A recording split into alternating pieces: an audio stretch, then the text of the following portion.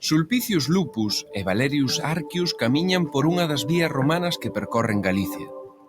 Son soldados auxiliares do exército romano.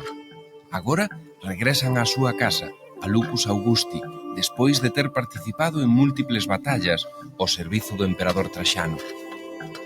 Traen algúns estercios e o diploma que os acredita como cidadáns romanos, a recompensa por ter servido no exército máis de 20 anos. Os protagonistas da nosa historia formaban parte daquele exército que, para moverse, construiu unha vasta rede de camiños por toda Europa. Pero a pregunta é: por que fixeron aquí semellantes vías? Só por cuestións militares ou había outras razóns? Realmente estaban tan tolos estes romanos?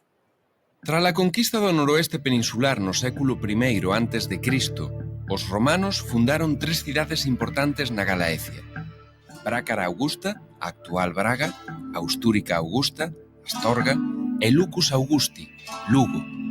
3 grandes vías comunicaban estas urbes. A vía 18 ou Vía Nova unía Braga con Astorga a través da actual provincia de Ourense. A vía 19 conducía de Braga a Lugo e logo, daqui, a Astorga.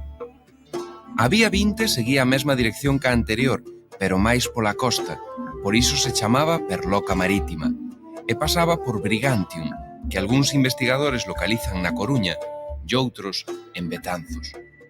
Estas vías uníanse coas do resto da Península Ibérica e, ao final, todos os camiños conducían a Roma.